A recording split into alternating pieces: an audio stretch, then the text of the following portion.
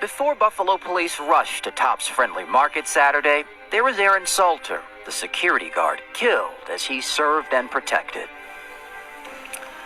Aaron Salter, 55, retired Buffalo police officer. Loved electric cars. He built a lab in his garage where he spent countless hours working to develop an engine that could run on water. It's not running off of gas fuel? No, there's no gas fuel. I can't tell you how I use it. I do have a patent pending. A local inventor has discovered a way, hear this, to use water to run your car. It's a major breakthrough that will no doubt make motorists happy. And as Ralph Robinson explains, the Pentagon is also showing lots of interest in this project. It's going to be the new platform of technology when oil runs out. Are we not getting into a gas crisis right now? The biggest natural resource in the world is water. Once the engineers get a hold to this revolutionary discovery, in no time short, there will definitely be cars running on water. Bottled water will work, and tap water will work.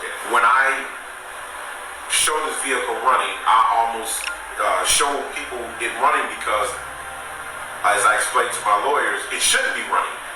According to the experts, Well, folks, you heard it yourself from The mouth of Aaron Salters. AWS Hydrogen Alternative Energy System. Signing out.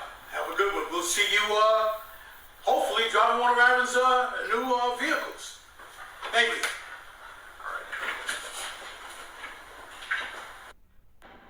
Damon John gave me a call, and he told me that he saw that my dad was in a couple photos with him, not physically, but with him at a seminar. And I said, yes, my dad's a big fan of yours. We watched Shark Tank, and he was an inventor. He had an idea, and we were just talking, and he was telling me how sorry he was about what happened, and how his heart goes out to us. And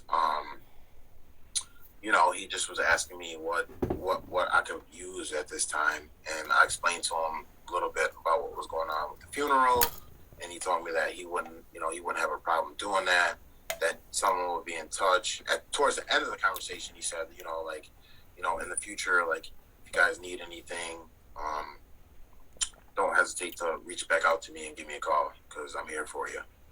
So, it was a real good conversation. And the reason I'm bringing him up is because there's a connection between him and a man named Stanley Myers. Back in 1998, March 21st, 1998, a man by the name of Stanley Myers was meeting with these guys to fund a project of his. He had created a water-powered engine.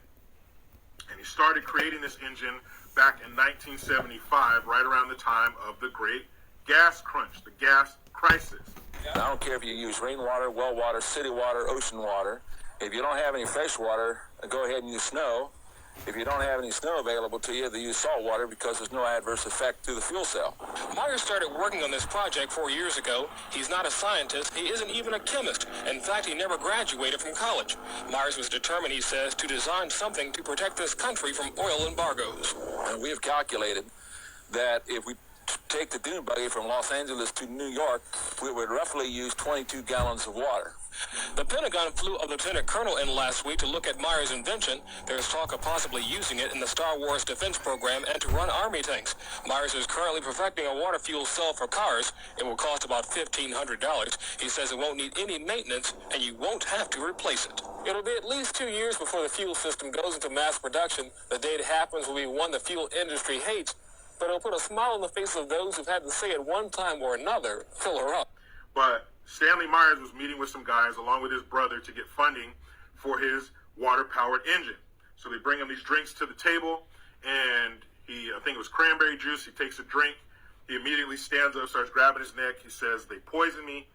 He goes out into the parking lot where he eventually died. But before he died, he said, "They poisoned me because I'm working on a water-powered engine." And truth is stranger than fiction. So all these movies you've seen where the government will do this stuff to take somebody out because they were working on something and they make it look like an accident, and real shit will blow that Hollywood shit out of the water. A conspiracy to kill 5 random people.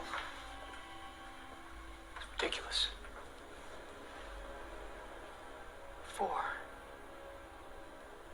4 random people to hide one specific target.